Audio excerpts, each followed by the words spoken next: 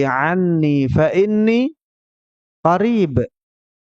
Apabila hamba-hambaku bertanya kepadamu, wahai Muhammad, tentang aku, maka jawablah, sesungguhnya aku itu dekat. Sesungguhnya aku itu dekat.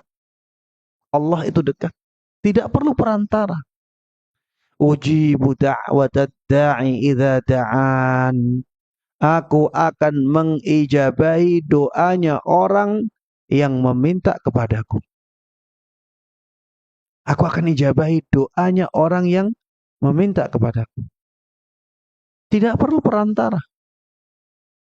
Allah Subhanahu wa taala dalam ayat yang lain mengatakan, "Wa qala rabbukum ud'uni astajib lakum." Rabb kalian mengatakan, berdoalah kalian kepadaku, maka aku akan ijabahi doa kalian. Ini janji dari Allah Subhanahu wa taala.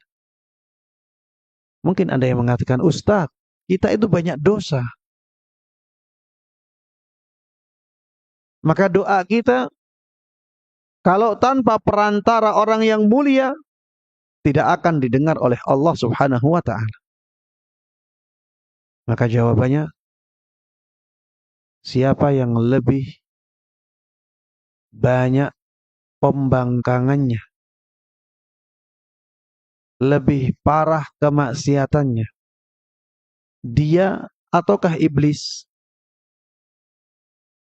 Apa jawabannya? Nah, tidak dilakukan. Iblis lebih banyak kemaksiatannya, lebih berat pembangkangannya daripada dia. Ternyata iblis ketika berdoa minta kepada Allah tidak perlu perantara. Disebutkan di dalam surat Al-A'raf, qala anzirni ila yaumi yub'atsun. Iblis mengatakan, tangguhkan hukumanku sampai mereka dibangkitkan. Iblis tidak menjadikan malaikat sebagai perantara antara iblis dengan Allah Subhanahu wa ta'ala. Padahal ada malaikat. Sedangkan iblis sudah melakukan pembangkangan yang luar biasa, yang menjadikan dia kekal selama-lamanya di neraka. Tapi ketika iblis berdoa, iblis langsung berdoa, minta langsung kepada Allah Subhanahu wa ta'ala.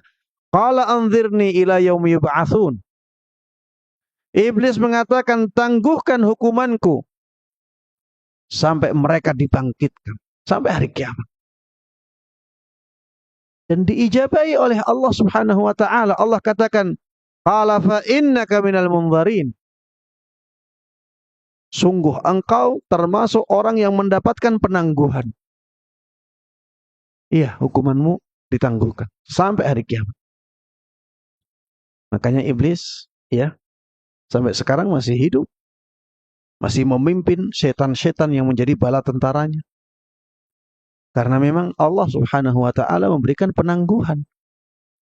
Iblis yang keadaannya seperti itu saja dikabulkan doanya oleh Allah Subhanahu wa ta'ala. Apalagi kita. Maka para jemaah sekalian rahimana wa rahimakumullah, jangan sampai dalam doa-doa kita menjadikan perantara antara kita dengan Allah Subhanahu wa ta'ala. Yang ketiga, yang membahayakan agama kita, tidak mengkafirkan orang-orang yang jelas-jelas dikafirkan oleh Allah dan Rasul-Nya, atau ragu dengan kekafirannya, atau membenarkan keyakinan mereka. Saya ulangi, tidak mengkafirkan orang-orang yang jelas-jelas telah dikafirkan oleh Allah dan Rasul-Nya,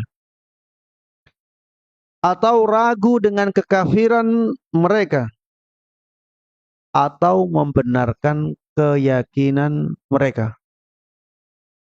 Orang-orang yang jelas-jelas dikafirkan oleh Allah Subhanahu wa taala di antaranya orang-orang Yahudi. Innalladzina kafaru min ahlil kitab. Sesungguhnya orang-orang kafir dari ahlul kitab. Ahlul kitab masuk di dalamnya siapa? Kaum Yahudi. Disebut oleh Allah Subhanahu wa taala sebagai orang yang kafir. Di antara orang yang jelas-jelas dikafirkan oleh Allah dan Rasul-Nya adalah kaum Nasrani. Orang Nasara. Mereka jelas-jelas dikafirkan oleh Allah Subhanahu wa taala. Laqad kafara alladhina qalu innallaha huwal masih ibnu Maryam. Sungguh benar-benar telah kafir orang-orang yang mengatakan bahwa Allah adalah Al-Masih ibnu Maryam. Innallaha huwal masih ibnu Maryam.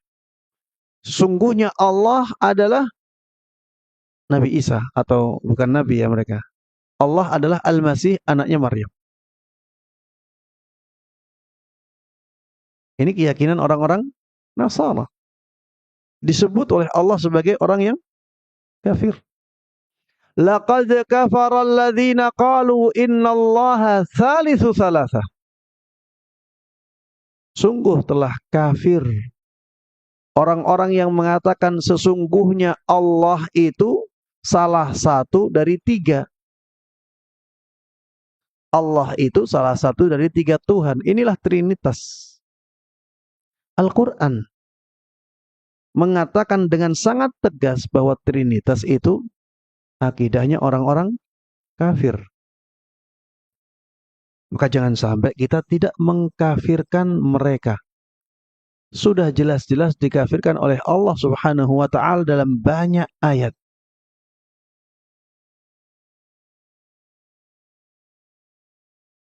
Contoh lagi misalnya orang-orang Majusi, penyembah api.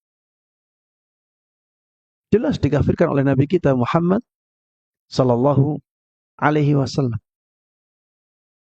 Apalagi orang-orang ateis yang tidak mengakui ada Allah Subhanahu wa taala, adanya Tuhan. Jelas mereka orang-orang yang kafir. Kalau kita tidak mengkafirkan mereka, berarti kita tidak percaya kepada Al-Quran. Kalau kita tidak percaya kepada Al-Quran berarti apa? Ya kufur. Yang kedua, meragukan kekufuran mereka. Tidak boleh kita meragukan bahwa mereka itu kafir. Saya ragu kalau orang Nasara itu kafir. Saya ragu kalau orang Yahudi itu kafir. Saya ragu kalau orang Majusi itu kafir. Saya ragu kalau orang ateis itu kafir. Ini kekufuran. Kenapa? Karena meragukan ayat-ayat Al-Quran. Meragukan benarnya ayat-ayat Al-Quran kekufuran. Walaupun satu ayat. Walaupun satu ayat. Imam Syafi'i itu sampai mengatakan, seandainya ada orang yang mengingkari satu huruf saja dari Al-Quran, maka dia kafir. Satu huruf saja. Apalagi satu ayat. Kemudian di sini juga membenarkan keyakinan mereka. Ini juga membahayakan agama kita. Membenarkan keyakinan orang-orang kafir adalah kekufuran. Tapi dengan catatan keyakinan tersebut bertentangan dengan keyakinan kita, dengan akidah kaum muslimin. Misalnya, kita setuju, kita membenarkan bahwa Isa adalah anaknya Tuhan. Setuju. Maka ini tindakan kekufuran. apalagi mengucapkan selamat. Selamat kelahiran Tuhan. Selamat kelahiran Tuhan. Itulah selamat Natal. Ini bahayanya. Kalau kita tahu makna selamat Natal, maka kita sebagai seorang mukmin yang punya prinsip, kita tidak akan mau mengatakannya. Kita akan merasa zalim untuk mengatakan kata-kata itu. Bagaimana keyakinan yang batil dan benar-benar batil kita katakan selamat? Iya. Wa qalu ittakhadha ar-rahmanu walada.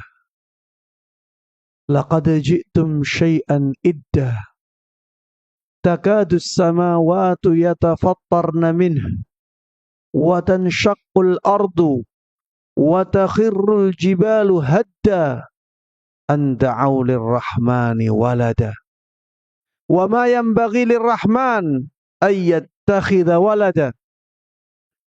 In kullu man fis samawati wal ardi illa atir rahmani abda.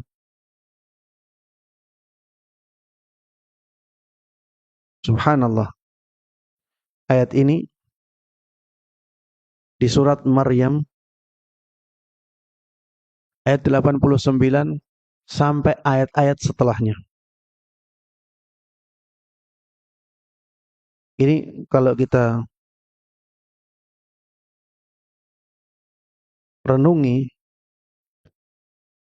maka kita akan sangat takut sekali untuk mengatakan kata-kata yang sekarang banyak diremehkan oleh manusia. Ah, itu kan cuma kata-kata. Saya tidak meyakininya. Ah, itu kan cuma kata-kata. Hati saya tetap beriman. Kita tidak akan berani mengatakan kata-kata itu.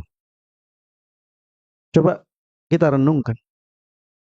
Wa qalu ittakhadha ar-rahmanu walada. Mereka mengatakan, Allah yang maha penyayang itu mengambil anak atau mempunyai anak. Laqad ji'tum syai'an idda. Sungguh kalian telah datang dengan kemungkaran yang sangat mungkar sekali. Takadus samawati yatafattarn. Karena perkataan itu hampir-hampir langit itu runtuh. Wa tanshaqqul ard. Dan hampir-hampir bumi ini merekah retak semuanya. Wa takhirrul jibalu hadda. Dan hampir-hampir gunung-gunung itu luluh lantak. Rusak semuanya. An da'u lir-rahmani walada. Itu karena mereka menganggap bahwa Allah yang maha pengasih, maha penyayang itu mengambil anak. Mengambil anak laki-laki. Wa ma yanbaghi lir-rahmani ayyattakhidha walada. Tidak pantas bagi Allah Subhanahu wa taala mengambil anak laki-laki. In kullu man fis samawati wal ardi illa atir rahmani abda. Semua yang ada di langit dan di bumi adalah hamba sahaya bagi Allah Subhanahu wa taala. Termasuk Nabi Isa. Nabi Isa itu hambanya Allah, bukan anaknya Allah. Semua yang ada di langit dan semua yang ada di bumi itu hamba sahaya, budaknya Allah Subhanahu wa taala, bukan anaknya. Laqad ahsahum wa addahum adda wa kulluhum atihi yaumal qiyamati farda. Ya. Ayat ini ayat yang sangat luar biasa dalam mengingkari perkataan kaum Nasara. Maka jamaah sekalian rahiman rahimakumullah, jangan sampai kita membenarkan keyakinan mereka sama sekali. Dan termasuk pembenaran, bahkan ini lebih dari sekedar pembenaran, adalah mengucapkan selamat. Dan kita sudah berada di hari-hari itu. Hari-hari ucapan selamat itu ya banyak dilakukan oleh orang. Itu perbuatan kufur. Ini kita memvonis perbuatannya. Adapun pelakunya, maka kita tidak berbicara di sini. Perbuatannya kufur, tapi bisa jadi yang melakukannya tidak kafir. Karena untuk memvonis seseorang jatuh dalam kekafiran, keluar dari Islamnya, ini membutuhkan syarat-syarat yang lain. Jadi kufurnya perbuatan tidak otomatis menjadikan pelakunya kafir. Kenapa? Karena bisa jadi orang mengucapkan kata-kata itu karena terpaksa. Dipaksa. Bisa jadi orang mengatakan kata-kata itu karena kejahilan. Karena tidak tahu kalau kata-kata itu konsekuensinya sampai mengeluarkan seseorang dari keislamannya. Jahil. Bisa jadi orang mengatakan kata-kata itu ya karena halangan-halangan yang lainnya. Karena keceplosan misalnya. Lagi canda-canda keceplosan itu. Bisa jadi. Karena ada penghalang-penghalang ini, karena ada kemungkinan adanya penghalang-penghalang ini, makanya kita tidak boleh sembarangan mengkafirkan orang-orang yang mengatakan kata-kata itu. Makanya di awal kajian Ana sudah sampaikan bahwa kita bahas ini bukan untuk mengkafir-kafirkan orang. Kita bahas ini adalah untuk menjaga diri kita agar dijauhkan dari hal-hal yang membahayakan agama kita. Kita orang awam, jangan sampai mengeluarkan vonis kafir. Vonis kafir itu ranah para ulama. Vonis kafir itu ranah hakim, ranah qadhi. Kita orang awam, jangan masuk-masuk ke sana. Yang penting kita selamat dari perbuatan kekufuran itu. Bisa difahami ya? Baik, yang berikutnya. Yang keempat. Termasuk di antara sesuatu yang membahayakan agama Islam yang kita anut adalah meyakini ada hukum yang sama dengan hukum Allah Subhanahu wa taala. Sama baiknya. Atau bahkan lebih baik dari hukum Allah. Kalau kita meyakini ada hukum yang setara baiknya dengan hukum Allah Subhanahu wa taala, maka itu adalah keyakinan yang kufur. Bisa mengeluarkan seseorang dari keislamannya. Apalagi sampai mengatakan ada hukum yang lebih baik dari hukum Allah Subhanahu wa taala. Kenapa demikian?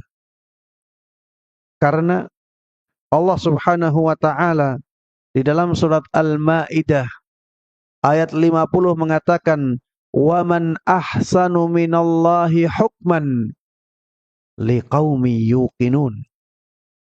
Tidak ada yang hukumnya lebih baik daripada Allah Subhanahu wa taala bagi orang yang yakin. Tidak ada yang lebih baik hukumnya dari Allah Subhanahu wa taala bagi orang-orang yang yakin. Kalau dia mengakui ada hukum yang sama dengan hukumnya Allah atau lebih baik dari hukumnya Allah, berarti dia mengingkari ayat ini. Dan mengingkari satu ayat dari Al-Quran itu sama dengan mengingkari semua ayat dalam Al-Quran. Dan ini berbahaya. Allah Subhanahu wa taala di dalam surat At-Tin mengatakan, "Alaisallahu bi ahkamil hakimin." Antum semuanya insyaallah hafal ya. Artinya apa? Bukankah Allah Subhanahu wa taala adalah zat yang paling baik hukumnya?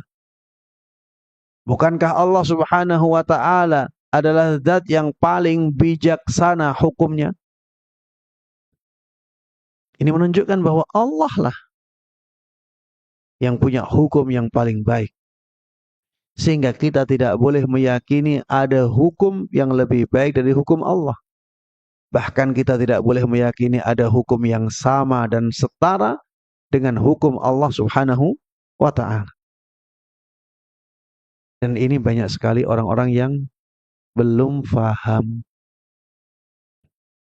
Banyak sekali orang yang tidak tahu bahwa keyakinan ada hukum yang sama dengan hukum Allah itu keyakinan yang kufur.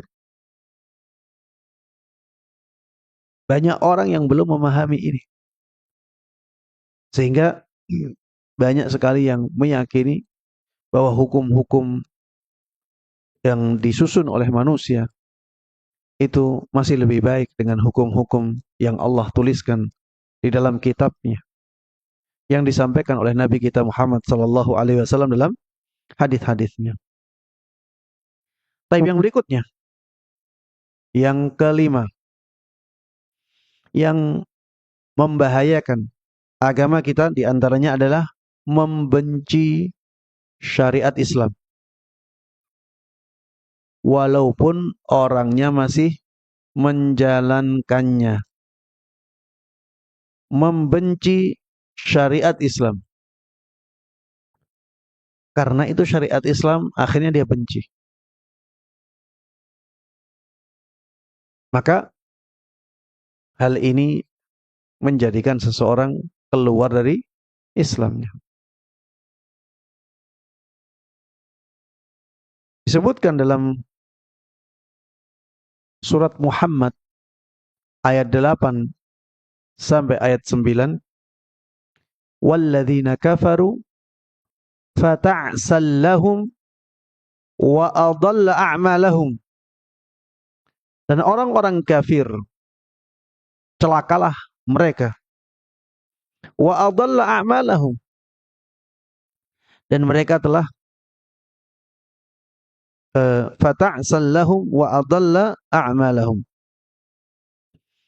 Dan Allah Subhanahu wa taala menjadikan amal mereka sia-sia. Dzalika bi annahum karihu ma anzalallah fa ahbata a'malahum. Hal itu karena mereka membenci syariat yang Allah turunkan kepada mereka. Dan hal tersebut menjadikan amalan mereka terhapuskan. Membenci. Misalnya ada syariat jihad, dibenci. Ya. Dibenci karena itu syariat Islam. Ada misalnya syariat sholat 5 waktu, dia benci. Dibenci karena itu syariat Islam. Ada syariat memanjangkan jenggot, dia benci. Karena itu syariat Islam. Ini kekufuran. Menjadikan seseorang keluar dari Islamnya. Sangat berbahaya. Karena itu menunjukkan bahwa dia benci kepada Allah Subhanahu wa ta'ala. Kalau ada yang bertanya, Ustadz, kalau seorang istri benci karena poligami bagaimana, Ustadz? Ini harus dibedakan ya. Ada kebencian yang karena dorongan fitrah. Jadi tabiat. Ada kebencian yang karena dorongan keyakinan. Kalau kebenciannya karena tabiat, maka tidak menjadikan seseorang keluar dari Islamnya. Seperti tadi, istri tidak suka poligami, bukan karena tidak suka poligaminya, enggak. Tapi kalau suaminya poligami, akhirnya dia menjadi banyak cemburu lah. Dia menjadi terbagi waktunya. Dia harus berbagi uh, kasih sayang dengan yang lain. Makanya dia tidak suka kalau suaminya poligami. Bukan karena poligaminya, tapi karena tabiat dia tidak suka ketika poligami itu diterapkan atau dilakukan oleh suaminya.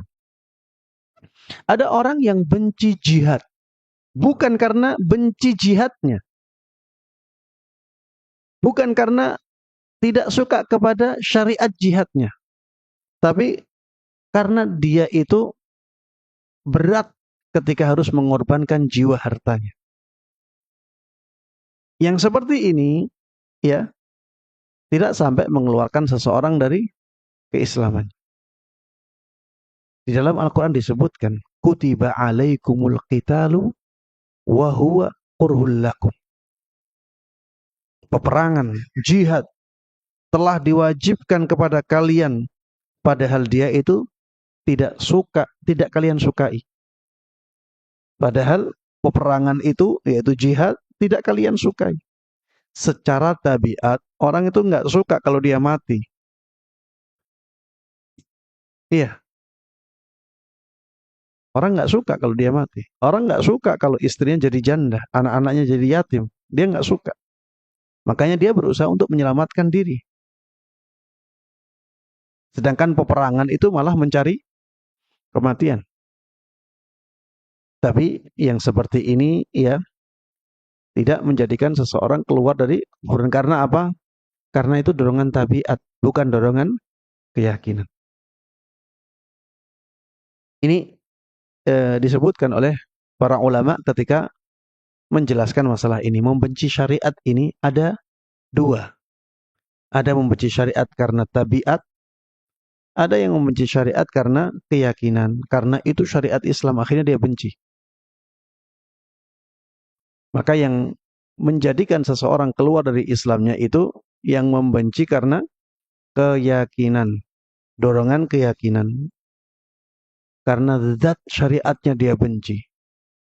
Bukan karena pengaruh-pengaruh tabiat yang lainnya. Wallahu a'lam. Yang berikutnya, mengolok-ngolok agama Allah. Atau mengolok-ngolok pahalanya.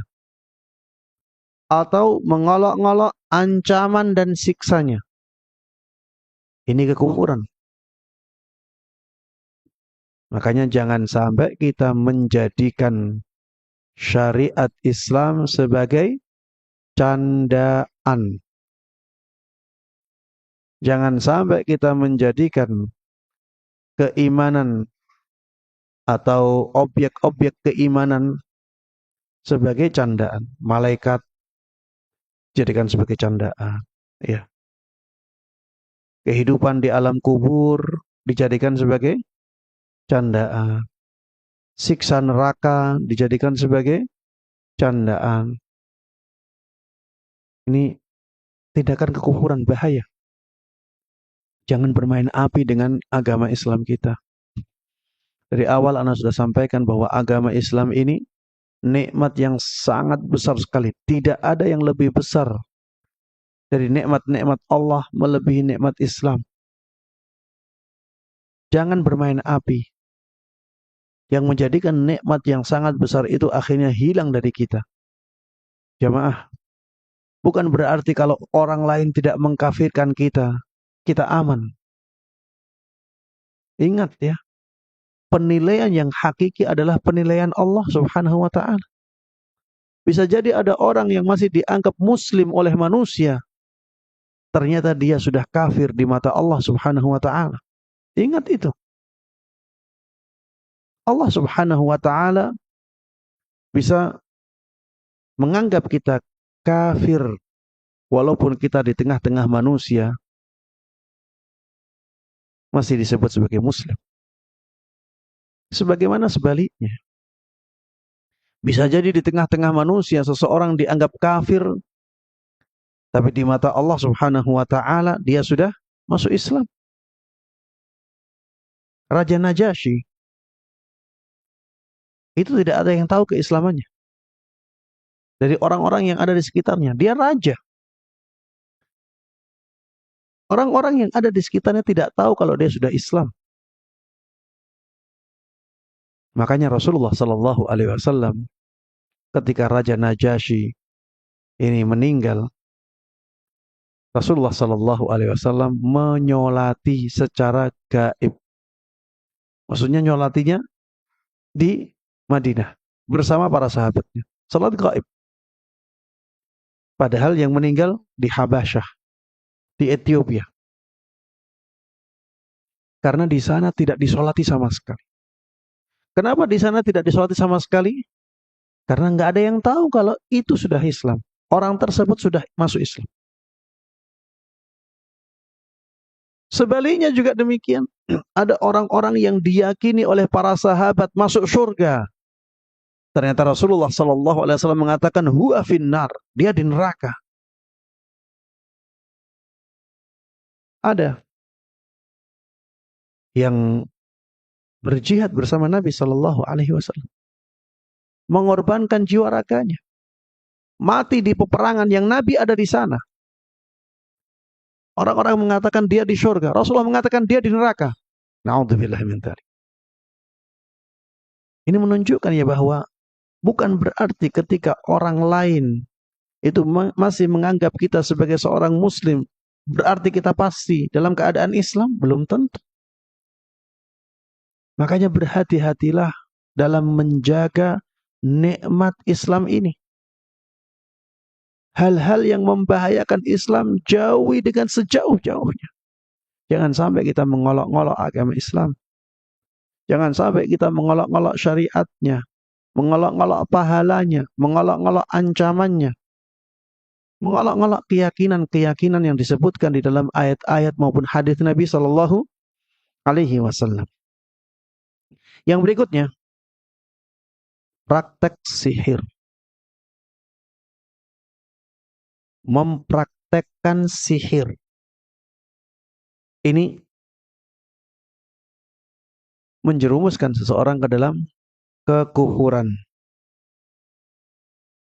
Barang siapa yang melakukan sihir atau rela dengannya, maka dia keluar dari Islamnya. Mana dalilnya?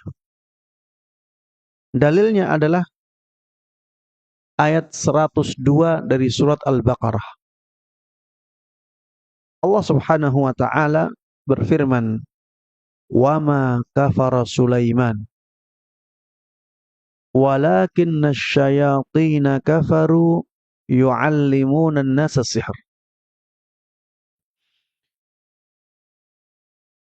Nabi Sulaiman tidak kafir. Akan tetapi yang kafir adalah setan-setan yang mereka mengajarkan manusia sihir. Yang mereka mengajarkan manusia sihir. Karena setan tersebut mengajari manusia sihir, maka mereka disebut kafir oleh Allah Subhanahu wa taala. Kemudian وَمَا يُعَلِّمَانِ مِنْ أَحَدٍ حَتَّى يَقُولَا إِنَّمَا نَحْنُ فِتْنَةٌ فَلَا تَكْفُرْ. Malaikat Harut dan Marut. Malaikat ini ditugasi oleh Allah Subhanahu wa taala untuk mengajarkan sihir sebagai fitnah kepada manusia. Jadi ini ujian. Malaikat ditugasi oleh Allah Subhanahu wa taala untuk memberikan ujian kepada manusia. Ujiannya apa? Mengajarkan sihir kepada manusia. Tapi ketika mengajarkan sihir, malaikat tersebut mengatakan, "Innama nahnu fitnatun fala takfur." Kami hanyalah penggoda. Kami hanyalah pemberi godaan kepada manusia. Jangan sampai engkau melakukan kekufuran. Disebutkan dalam ayat ini, wa ma yu'allimani min ahadin. Malaikat Harut dan Marut itu tidaklah mengajarkan sihir kepada seorang pun kecuali mereka berdua mengatakan, innama nahnu fitnah. Kami hanyalah pemberi godaan. Kami hanyalah pemberi fitnah. Kami hanyalah pemberi ujian untuk kalian. Fala takfur. Maka jangan sampai kalian kafir. Jangan sampai kalian terjatuh ke dalam kekufuran. Ayat ini menunjukkan bahwa mengajarkan sihir adalah tindakan kekufuran. Mempelajari sihir, tindakan kekufuran. Apalagi mempraktekkan sihir. Dan dikatakan oleh orang-orang yang sudah tahu dunia sihir, sihir itu tidak bisa dipraktekkan kecuali setelah melakukan penyembahan kepada syaitan. Sihir tidak mungkin bisa dilakukan kecuali setelah orangnya menyembah-nyembah jin. Sehingga jin itu yang akhirnya memberikan kemampuan sihir kepada dukunnya. Para jemaah sekalian rahimanallah, Islam itu sangat menentang praktek sihir. Makanya disebutkan oleh para ulama bahwa di antara hukuman tukang sihir apa? Penggal kepala. Kalau ada tukang sihir tertangkap, maka hukuman yang pantas untuk dia adalah penggal kepala. Na'udzubillah min dzalik ya. Sihir ini kalau dibiarkan merajalela, maka masyarakat akan menjadi rusak. Masyarakat akan mundur semundur-mundurnya. Tatanan kehidupan di masyarakat akan rusak. Tidak akan maju masyarakat itu. Makanya jangan takut kepada tukang sihir. Dan kalau kita melihat ada tukang sihir dekat-dekat rumah kita, laporkan. Karena mereka itu merusak agama. Mereka juga merusak kehidupan masyarakat. Mereka itu bisa menjadi pengadu domba. Na'udzubillah min dzalik. Seringkali orang sebenarnya tidak ada apa-apa dengan yang lainnya. Tapi dia datang, kemudian dia mengatakan, kalau menurut terawangan saya, sakitmu itu karena si fulan ini loh. Padahal dia dusta di situ. Si fulan itu tidak pernah mengirimkan sesuatu kepada dia sama sekali. Akhirnya orang ini memusuhi itu. Nanti orang itu juga pergi ke dukun yang lainnya. Dukun yang lainnya akan mengatakan kata-kata yang lainnya lagi karena dusta. Oh, sebenarnya kamu itu disihir sama si fulan. Padahal sebenarnya enggak. Tatanan masyarakat kalau diacak-acak seperti ini akan rusak semuanya. Antara yang satu dengan yang lainnya tidak akan rukun. Akan ada perpecahan yang besar di tengah-tengah masyarakat yang seperti ini. Ini sangat membahayakan. Di dalam sebuah hadis disebutkan bahwa namam itu seperti tukang sihir. Namam itu orang yang mengadu domba. Seperti tukang sihir. berarti tukang sihir itu pengadu domba. Kalau dikatakan namam itu seperti tukang sihir dan namam itu pengadu domba, ya, maka berarti tukang sihir itu juga pengadu domba. Dan ini menunjukkan namam dan tukang sihir itu bahayanya terhadap masyarakat sangat besar sekali. Baik, yang berikutnya, yang ke-8, membantu kaum musyrikin untuk memerangi kaum muslimin karena latar belakang agama, bukan karena latar belakang dunia. Membantu kaum musyrikin maksudnya orang-orang di luar Islam, untuk memerangi kaum muslimin, dan tujuannya karena latar belakang agama, untuk mengecualikan apabila tujuannya karena latar belakang dunia. Kalau karena latar belakang dunia tidak sampai derajat kekufuran, yaitu dosa besar ya, tapi tidak sampai mengeluarkan seseorang dari keislamannya.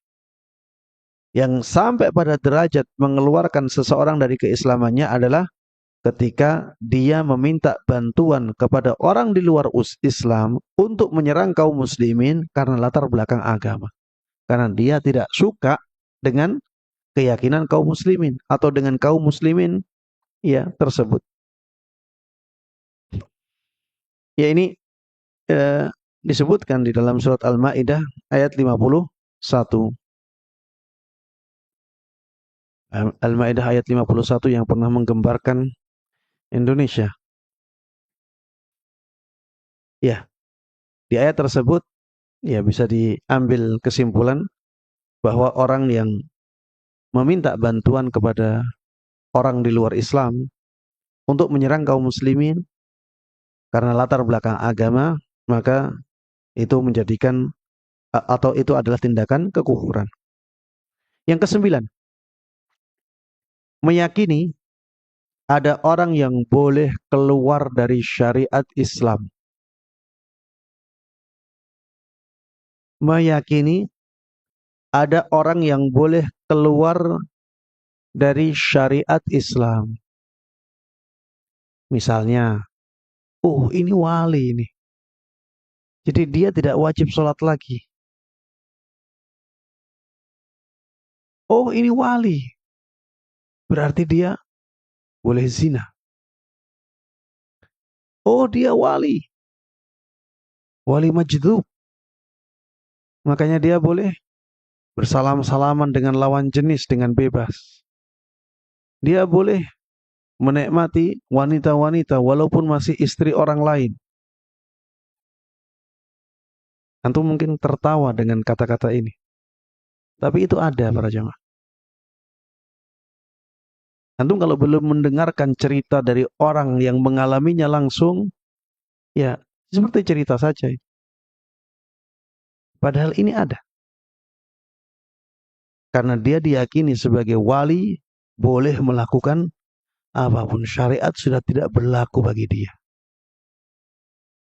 Keyakinan seperti ini adalah kekufuran. Seakan-akan dia tidak meyakini firman Allah Subhanahu wa taala, "Qul ya ayyuhan nas inni rasulullahi ilaikum jami'a." Katakanlah wahai Muhammad, sampaikan kepada umatmu, wahai manusia, sesungguhnya aku adalah utusan Allah Subhanahu wa taala untuk kalian semuanya. Untuk kalian semuanya. Jadi syariat yang Rasulullah sallallahu alaihi wasallam bawa itu berlaku untuk semua manusia tanpa terkecuali. Setinggi apapun keimanannya, semulia apapun dia di sisi Allah Subhanahu wa taala, dia tetap harus menerapkan syariat Islam.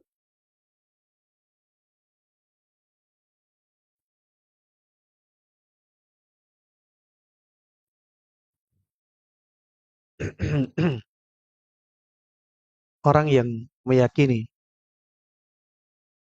bahwa orang tertentu tidak wajib lagi sholat. Coba tanyakan kepada dia, apakah orang tersebut lebih mulia dari Nabi Shallallahu Alaihi Wasallam? Dia akan mengatakan apa? Tidak mungkin. Tidak mungkin orang tersebut lebih mulia dari Nabi Shallallahu Alaihi Wasallam. Baik. Kepada Nabi saja Allah Subhanahu wa taala mengatakan wa'bud rabbaka hatta ya'tiyakal yaqin. Beribadahlah engkau wahai Muhammad kepada Rabbmu sampai kematian mendatangimu.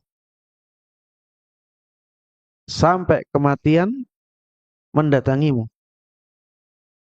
Allah memerintahkan kepada Nabi Muhammad sallallahu alaihi wasallam untuk beribadah sampai ajal menjemput Nabi Muhammad sallallahu alaihi wasallam.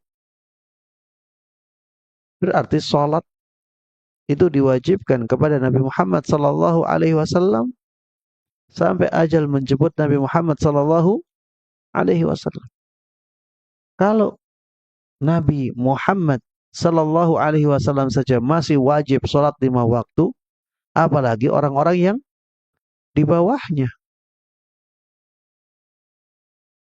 Apalagi orang-orang yang dianggap majdzub tersebut. Antum tahu arti majdzub? Hah? Bukan gila. Majdzub itu artinya yang ditarik. Ya, jadi mereka mengatakan sebenarnya gila ya, tapi mereka memperhalus bahasanya majdzub. Jadi kesadarannya ditarik oleh Allah Subhanahu wa taala. Iya, fana. Kesadarannya ditarik oleh Allah Subhanahu wa taala sehingga dia enggak sadar. Ya jadi gila maksudnya. Iya, wali-wali tersebut dianggap majdzub ya dan tidak berlaku syariat lagi. Ya, kita katakan tidak berlakunya syariat bukan karena walinya. Tidak berlakunya syariat terhadap dia atau pada dia karena apa? Gilanya. Ya hilangnya akal itu. Memang beban syariat itu tidak akan dibebankan kepada orang yang hilang akalnya. Kalau sudah tidak punya akal, ya akalnya sudah tidak sehat, ya tidak ada beban syariat. Tapi bukan karena walinya. Taib. Yang berikutnya, yang terakhir, termasuk di antara yang membahayakan agama kita adalah berpaling dari agama Allah Subhanahu wa taala. Berpaling dari agama Allah Subhanahu wa taala secara total. Tidak mau mempelajarinya dan juga tidak mau mengamalkannya sama sekali. Jadi ini benar-benar berpaling dari agama Allah Subhanahu wa taala. Dan sifat yang seperti ini tidak mungkin ada pada diri seorang muslim. Ini hanya ada pada orang yang munafik. Benar-benar berpaling dari agama Islam. Tidak mau mempelajari, tidak mau mengamalkan sama sekali. Ya ini hanya ada di orang munafik. Kalau di dalam dirinya masih ada keyakinan Islam, tidak mungkin dia berpaling secara total seperti ini. Ini kufur i'rad. Dan insya Allah tidak ada dari kita yang demikian. Iya. Keinginan kita untuk hadir di majelis yang seperti ini sudah menunjukkan bahwa kita tidak berpaling dari agama Allah Subhanahu wa ta'ala. Dan mudah-mudahan Allah Subhanahu wa ta'ala terus menjaga kita di atas kebaikan, terus memberikan semangat kepada kita untuk mempelajari agamanya, mempelajari syariatnya, menerapkannya dan menyebarkannya kepada orang lain. Amin amin ya rabbal alamin. Demikian kajian kita pada kesempatan kali ini, mudah-mudahan bermanfaat dan Allah berkahi. Amin amin ya rabbal alamin. Wa sallallahu wa sallama wa baraka ala nabiyyina Muhammadin wa ala alihi wa sahbihi wa man tabi'ahum bi ihsanin ila yaumiddin. Walhamdulillahi rabbil alamin.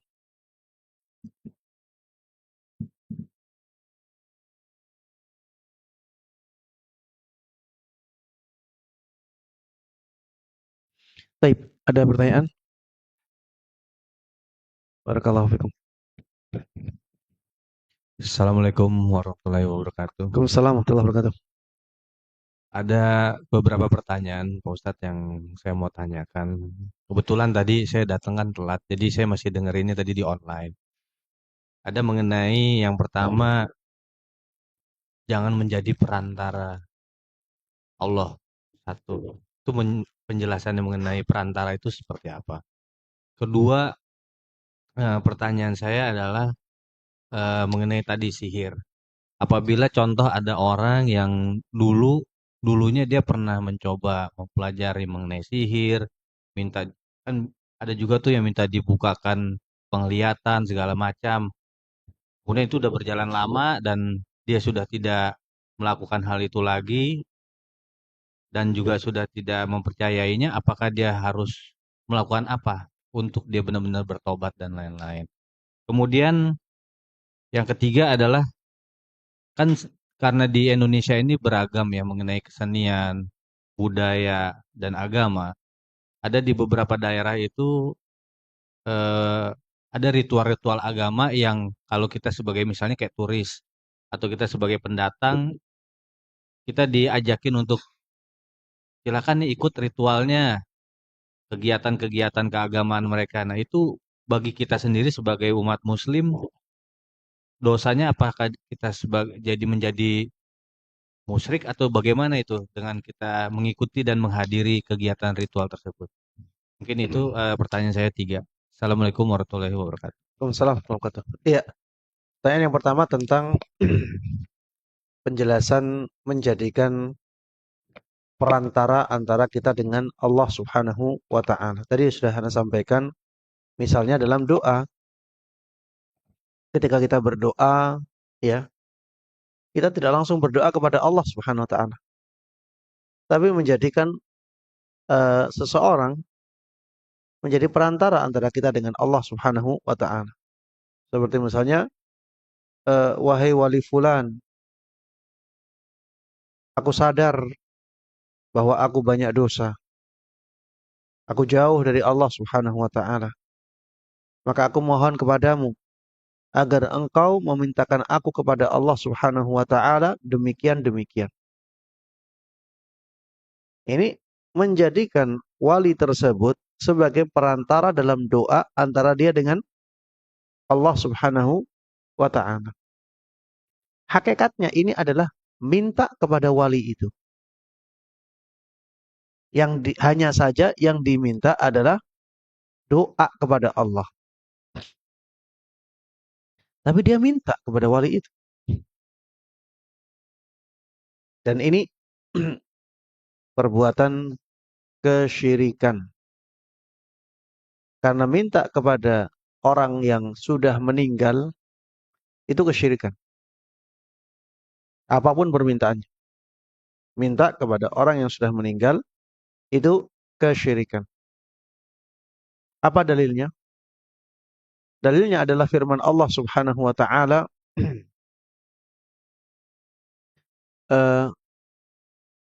walladzina tad'una min dunihi ma yamlikuna min qitmir in tad'uuhum la yasma'u du'aakum walau sami'u mastajabu lakum wa yawmal qiyamati yakfuruna bisyirkikum wala yunabbi'uka mithlu khabir. Orang-orang yang kalian mintai hajat-hajat tersebut, mereka tidak memiliki apapun, bahkan kitmir. Bahkan kitmir. Kitmir itu selaput yang menutupi apa? Isi korma. Isi korma itu, Hah? Biji korma itu ya, itu ada selaputnya. Itu namanya kitmir. Mereka kitmir ini saja nggak punya. Ini bahasa yang digunakan oleh Allah Subhanahu wa taala untuk menunjukkan sesuatu yang sangat sedikit sekali dan sangat remeh. Itu biasanya dibuang-buang. Orang-orang yang kalian mintai selain Allah Subhanahu wa taala, mereka kitmir saja nggak punya. Dan yang diminta-mintai ketika itu adalah orang-orang yang sudah meninggal. In tad'uuhum la yasma'u du'aakum. Kalau kalian memanggil-manggil mereka, mereka tidak akan mendengar panggilan kalian. Walau sami'u mastajabu lakum. Seandainya mereka mendengar panggilan kalian itu, mereka tidak akan mampu mengijabahi, tidak akan mampu memperkenankan permintaan-permintaan kalian itu. Kemudian Allah katakan, wa yaumal qiyamati yakfuruna bisyirkikum. Dan pada hari kiamat nanti mereka akan mengingkari kesyirikan-kesyirikan kalian itu. Di sini Allah menyebut tindakan mereka minta-minta kepada ahli kubur itu sebagai apa? Tindakan kesyirikan. Walaupun yang diminta doa, tapi itu permintaan kepada ahli kubur. Maka ya, ini termasuk tindakan kesyirikan. Wallahu a'lam. Pertanyaan yang kedua tentang apa tadi? Lupa.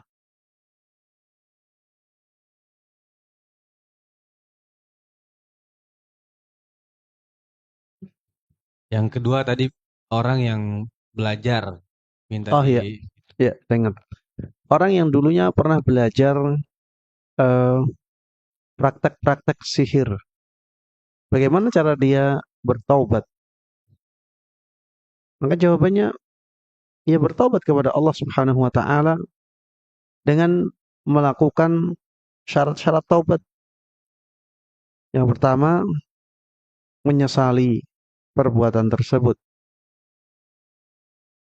Kemudian yang kedua, berhenti dari perbuatan tersebut, menghentikan perbuatan itu. Kemudian yang ketiga, bertekad kuat untuk tidak mengulanginya lagi. Bertekad kuat untuk tidak mengulanginya lagi. Ini 3 syarat bertaubat apabila berkaitan dengan hak Allah Subhanahu wa taala. Dan masalah ini kaitannya dengan hak Allah Subhanahu wa taala. Sesali perbuatan itu, minta ampun kepada Allah, ya. Kemudian tinggalkan perbuatan itu dan kita harus punya tekad untuk tidak mengulanginya lagi. Wallahu a'lam. Yang ketiga, ritual. oh iya, baik.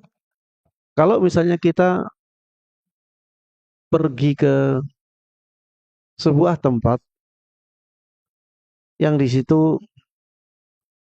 ada ritual-ritual ibadah orang-orang di luar Islam, kemudian ketika kita di sana kita diminta untuk mengikuti ritual itu. Yang jelas ini diharamkan. Yang jelas ini diharamkan. Itu tasyabbuh,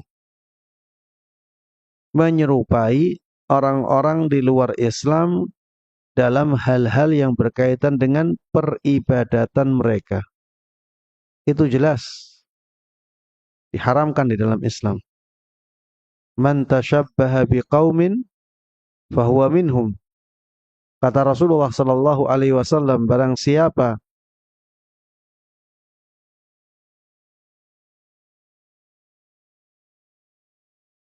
yang menyerupai suatu kaum, maka dia, apakah tindakannya tersebut bisa sampai mengeluarkan dia dari keislaman? Bisa iya, bisa tidak. Bisa iya, bisa tidak. Kalau tindakannya tindakan kufur, bisa jadi mengeluarkan seseorang dari keislamannya. Misalnya ritualnya tersebut adalah ritual penyembahan kepada selain Allah. Maka jelas ketika seseorang mengikuti ritual seperti itu, dan dia tahu itu, maka itu mengeluarkannya dari keislamannya. Na'udzubillahi min dzalik. Kecuali ya kalau ritualnya tidak sampai ya kesyirikan, atau dia tidak tahu kalau itu kesyirikan, dia masih jahil. Ya ini untuk mengatakannya dia keluar dari Islam agak berat ya. Vonis terhadap pelaku ini berat.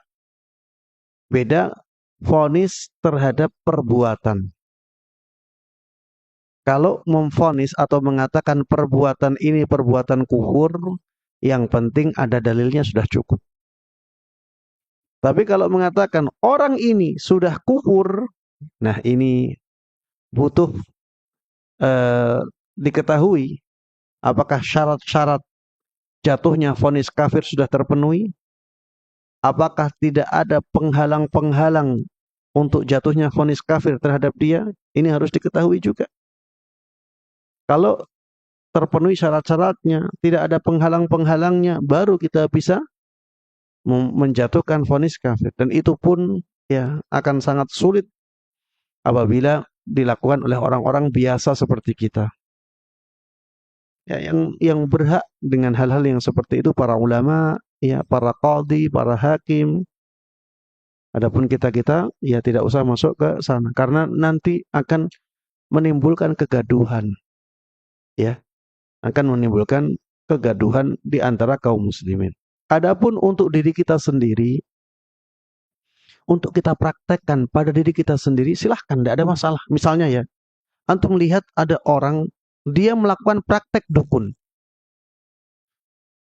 Menurut keyakinan kita, praktek dukun itu tindakan kekufuran. Tapi untuk mengatakan orang ini kafir, ini berbahaya. Tapi ketika dia jadi imam dalam sholat, akhirnya kita tidak mau jadi makmumnya, yaitu hak kita. Kita melihat dia setiap hari praktek melakukan perdukunan, melakukan penyembahan ritual-ritual, sesaji-sesaji kepada jin. Kita berhak untuk tidak mau sholat di belakangnya dia. Misalnya lagi ya, kalau misalnya kita diimami oleh orang yang setiap selesai sholat, dia meminta-minta kepada Nabi. Kita faham bahasa yang dia ucapkan. Adrikni ya Rasulullah, adrikni ya Rasulullah, adrikni ya Rasulullah, sari'an bi'izzatillah. Selamatkan aku wahai Rasulullah, selamatkan aku wahai Rasulullah, selamatkan aku wahai Rasulullah dengan cepat. Dengan kekuatan dari Allah subhanahu wa ta'ala. Setiap selesai sholat, baca itu. Jadi dia sholatnya mentauhidkan Allah. Setelah itu dia hancurkan amal ibadahnya dengan kesyirikannya itu. Kalau antum tahu orang itu setiap hari seperti itu, bahkan setiap selesai sholat membaca itu, antum berhak untuk tidak mau sholat di belakang dia. Tapi untuk mengatakan kamu kafir, ini berbahaya. Ya, bedakan antara ini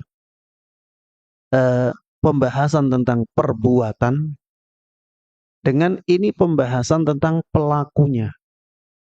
Yang kita bahas dari awal sampai akhir tadi, pembahasan tentang apa? Perbuatan. Perbuatan itu perbuatan kufur, sangat berbahaya. Tapi apakah pelakunya otomatis kafir? Belum tentu. Makanya itu tidak kita bahas. Itu bukan ranah kita. Iya. Kemudian tadi saya sampaikan, kalau untuk diri sendiri, maka kita boleh-boleh saja. Kita boleh-boleh saja menerapkan itu, tapi untuk diri kita sendiri. Kita melihat orang ini setiap hari melakukan kekufuran dalam keyakinan kita, akhirnya kita tidak mau sholat di belakang dia. Ya itu hak kita. Tidak ada masalah. Wallahu a'lam. Baik, ada pertanyaan lain?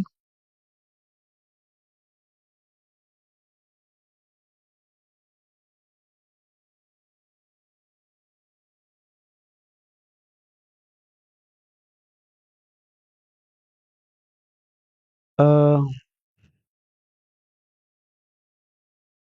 kalau itu perbuatan dosa, iya, itu perbuatan dosa. Tapi tidak sampai derajat kekufuran kalau hanya memakai atribut-atribut ya. Tapi kalau ucapan selamat itu perbuatan kufur. Ucapan selamatnya itu kata-kata kufur. Tapi pelakunya belum tentu kafir. Hanya memakai atribut-atributnya itu kemaksiatan. Tidak sampai derajat kekufuran. Wallahu a'lam. Ada pertanyaan lain? Ya, silakan.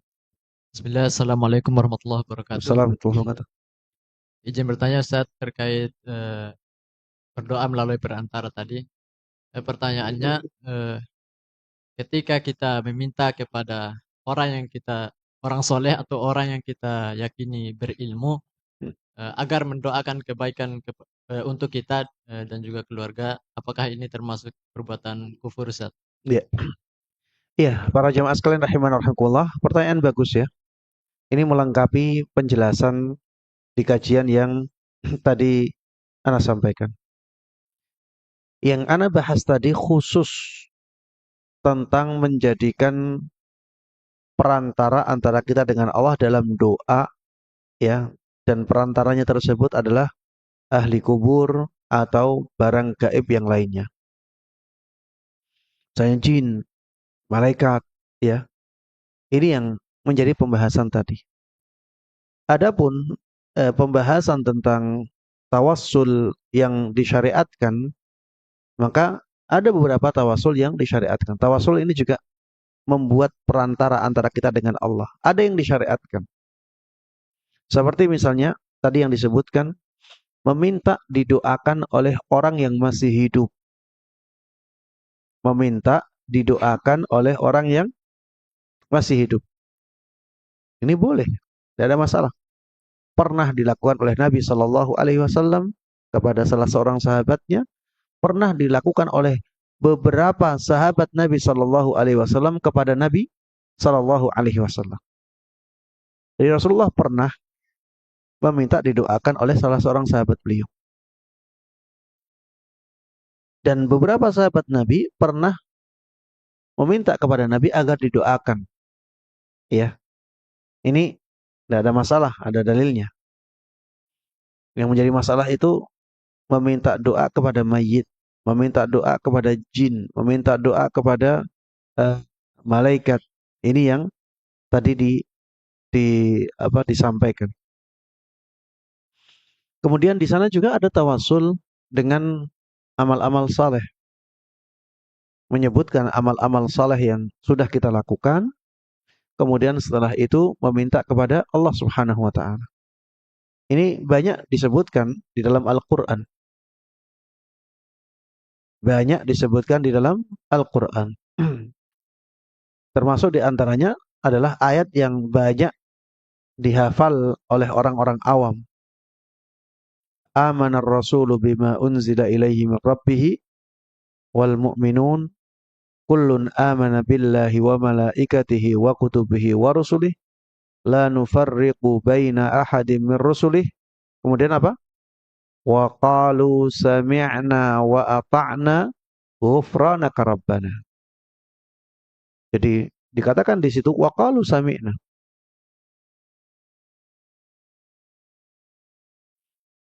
Amana ar-rasulu bima unzila ilaihi min rabbi wal mu'minun wa qalu sami'na. Jadi Rasul dan kaum mukminin mengatakan sami'na wa ata'na. Kami telah mendengar dan kami juga telah melakukan kami telah mendengar dan kami telah taat. Ghufranak, maka ampunanmu ya Allah. Jadi di sini menjadikan amal taat dan mendengar kepada Allah Subhanahu wa taala sebagai perantara untuk meminta ampunan kepada Allah Subhanahu wa taala. Contohnya lagi ya seperti ayat Rabbana innana sami'na munadiyan yunadi lil imani an aminu bi rabbikum fa amanna. Rabbana faghfir lana dhunubana wa kaffir 'anna sayyi'atina wa tawaffana ma'al abrar. Ini juga tawasul dengan amalan yang pernah kita lakukan. Artinya, wahai Rabb kami, sungguh kami telah mendengarkan ajakan dari orang yang mengajak kami untuk beriman, maka kami pun beriman. Rabbana faghfir lana. Wahai Rabb kami, kalau begitu ampuni dosa-dosa kami. Wa kaffir 'anna sayyi'atina, dan hapuskan dari kami kesalahan-kesalahan kami. Wa tawaffana ma'al abrar, dan wafatkan kami bersama orang-orang yang baik. Ini tawasul yang kedua yang dibolehkan dalam syariat. Tawasul yang ketiga yang dibolehkan dalam syariat adalah tawasul dengan nama-nama dan sifat-sifat Allah Subhanahu wa taala. Dan ini juga banyak disebutkan di dalam Al-Qur'an. Rabbana taqabbal minna innaka antas sami'ul alim. Wahai Rabb kami, terimalah dari kami amalan ini. Sesungguhnya Engkau adalah zat yang maha mendengar lagi maha mengetahui. Penyebutan innaka antas sami'ul alim ini adalah contoh bertawasul dengan nama-nama Allah Subhanahu wa taala. Disebutkan nama itu agar Allah Subhanahu wa taala mengijabahi doanya. Ada tawasul dengan sifat-sifat Allah Subhanahu wa taala, misalnya dengan mengatakan, ya Allah, Engkaulah yang menciptakan kami. Engkaulah zat yang maha berkuasa. Engkaulah zat yang mengatur alam semesta ini. Itu semuanya perbuatanmu ya Allah. Engkau sangat mudah mengubah keadaanku dari yang sulit menjadi sangat mudah. Ya, ini menyebutkan sifat-sifat Allah Subhanahu wa taala. Allahumma la sahla illa ma ja'altahu sahla wa anta taj'alil hazna idza syi'ta sahla. Tidak ada yang sulit bagimu ya Allah. Ya, seperti ini. Kemudian setelah itu meminta kepada Allah agar memudahkan urusan-urusannya. Ya, ini tawasul dengan sifat-sifat Allah Subhanahu wa taala. Intinya menyebutkan sifat-sifat Allah agar Allah Subhanahu wa taala mengabulkan doa kita. Ada juga di antara jenis tawasul itu dengan menyebutkan keadaan kita. Dengan menyebutkan keadaan kita. Misalnya seperti doanya Nabi Yunus. La ilaha illa anta subhanaka inni kuntu minadh dhalimin. Ini tawasul dengan menyebutkan keadaannya. La ilaha illa anta, tidak ada sesembahan yang berhak diibadahi kecuali Engkau ya Allah. Subhanak, maha suci Engkau. Inni kuntu minadh dhalimin, sungguh aku dahulu termasuk orang yang zalim. Kemudian yang inni massaniyad durru wa anta arhamur rahimin.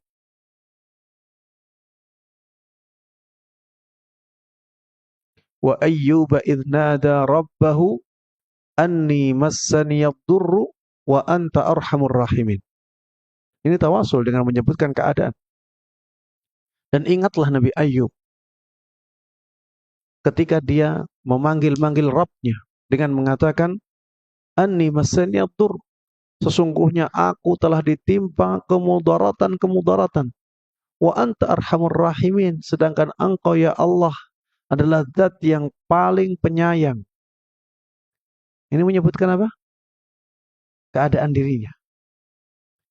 Doanya Nabi Zakaria disebutkan dalam surat Maryam. Rabbi inni wahanal azmu minni. Wahai Rabbku, sungguh tulang-tulangku telah rapuh. Maksudnya tua. Rabbi inni wahanal azmu minni. Washta'ala ar-ra'su syaiba. Dan rambut-rambutku telah memutih, telah bersinar maksudnya, telah menyala. Menyala maksudnya dengan uban. Ubannya sudah terlalu banyak. Washta'ala ar-ra'su syaibah walam akum bidu'aika rabbi syaqiyya. Dan aku tidak pernah kecewa ketika berdoa kepadamu. Wa inni khiftul mawaliya min warai. Dan sungguh aku takut apabila nanti tidak ada yang meneruskan perjuanganku. Wa kanat imra'ati aqira. Sedangkan istriku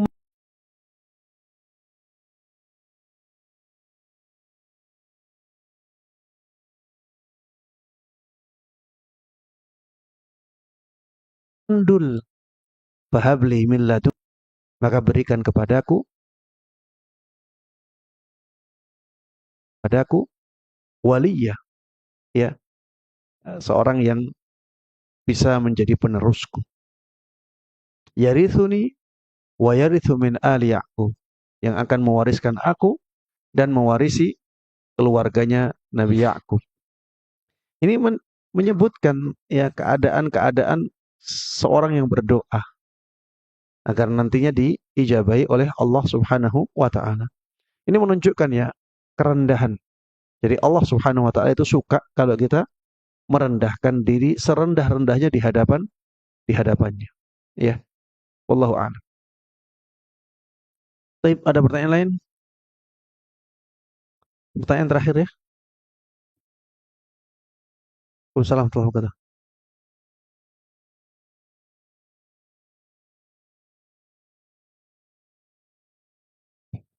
Orang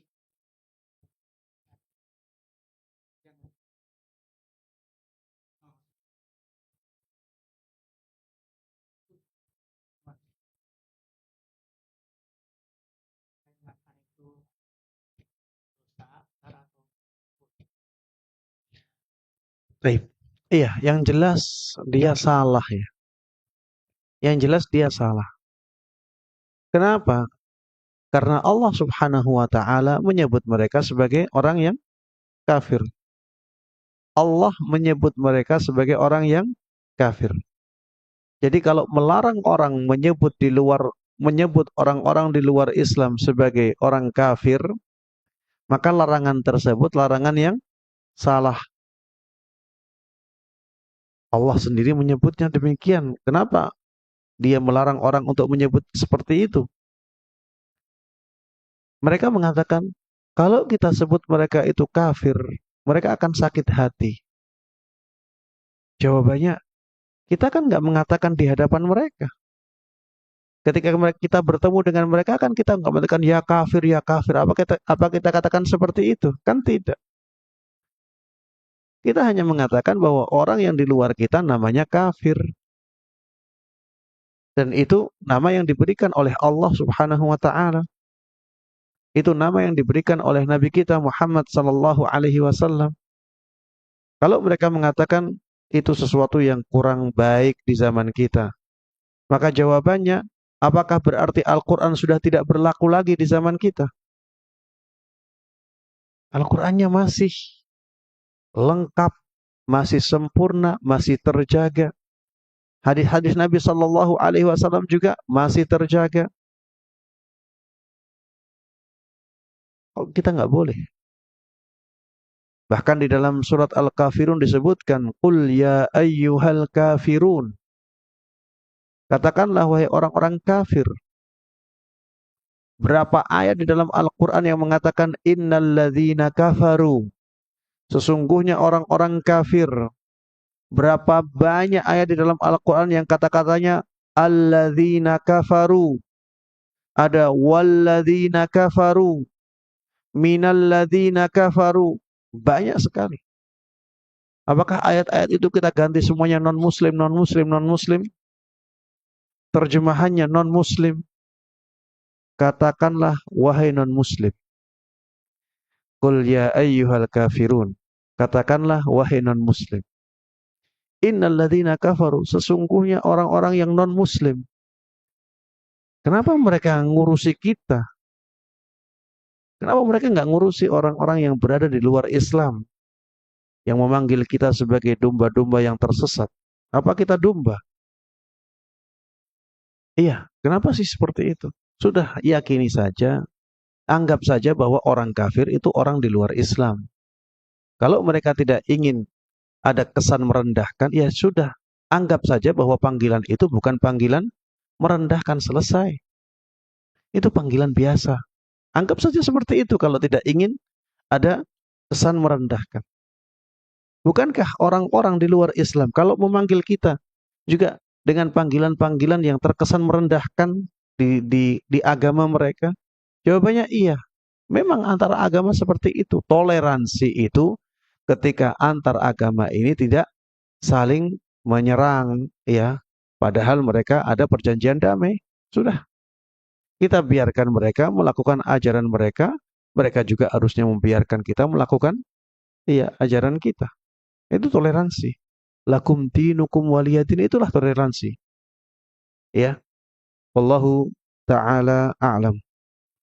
Tapi para jemaah sekalian rahiman rahimakumullah, alhamdulillah alladzi bi ni'matihi tatimmus shalihat.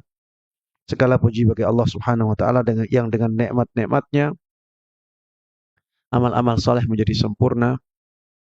Kita berdoa di akhir majelis ini, mudah-mudahan Allah Subhanahu wa taala selalu menjaga kita dalam kebaikan. Kebaikan lahir dan kebaikan batin, kebaikan di dunia dan kebaikan di akhirat. Mudah-mudahan Allah Subhanahu wa taala terus menjaga kita di atas sunnah Nabi Muhammad sallallahu alaihi wasallam, di atas tauhid, hingga ajal menjemput kita semuanya dengan husnul khatimah. Mudah-mudahan sebagaimana Allah Subhanahu wa taala mengumpulkan kita di majelis ini, mudah-mudahan juga nantinya Allah Subhanahu wa taala mengumpulkan kita di syurga firdausnya bersama para nabi, para siddiqin, para syuhada dan para salihin. Amin amin ya rabbal alamin. Wa sallallahu wa sallama wa baraka ala nabiyyina Muhammadin wa ala alihi wa sahbihi wa man tabi'ahum bi ihsanin ila yaumiddin. Wa subhanakallahumma wa bihamdik asyhadu an la ilaha illa anta astaghfiruka wa atubu ilaik. Assalamualaikum warahmatullahi